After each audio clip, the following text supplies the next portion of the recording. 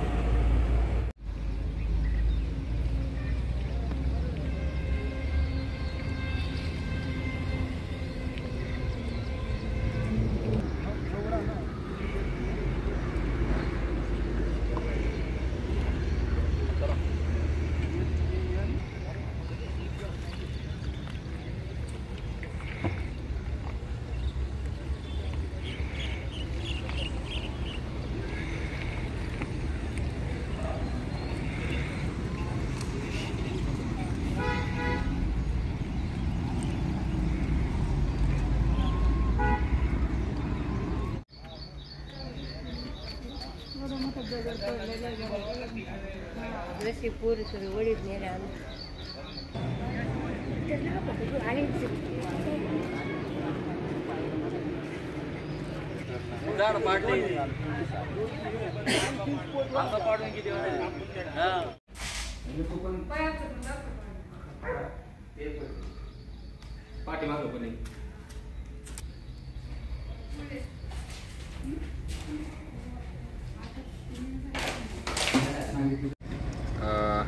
सदरची जी घटना एक गॅसचा जो टँकर आहे त्याचा स्फोट झालेला आहे। पहाटे 4:30-5च्या दरम्यानची घटना आहे। त्याच्यामध्ये आजूबाजूला पार्क केलेल्या 2 ज्या ट्रक आहेत त्यांचं नुकसान झालेलं आहे आणि जो इथे हॉटेल आहे धाबा तर त्याचंही काही नुकसान झालं आहे। आजूबाजूचे घर आहेत त्यांचं देखील काही नुकसान झालेलं आहे। तर स्फोटाचं जे मुख्य कारण आहे तिथे काही गॅस सिलेंडर वगैरे दिसत आहेत। त्याच्यामुळे या गॅस चोरीचा प्रकार असल्याचा आमचा प्राथमिक संशय आहे। त्या दृष्टीने आम्ही तपास करत आहोत। अशीच घटना वाकड या ठिकाणी घडली होती आणि त्याच्यानंतर आता पुन्हा अशा ठिकाणी ही घटना घडती आहे। नक्की काय एकंदरीत हे जे माफी आहेत ते कशा पद्धतीने एकंदरीत हे संपूर्ण प्रकरणामध्ये पुढे येतात आहे? बरोबर आहे, अशी घटना यापूर्वी घडली होती। त्याच्यामध्ये अतिशय कडक कारवाई केली होती। सर्व जे इन्व्हॉल्व होते त्याच्यामधले आरोपी यांना सर्वांना अटक केली होती।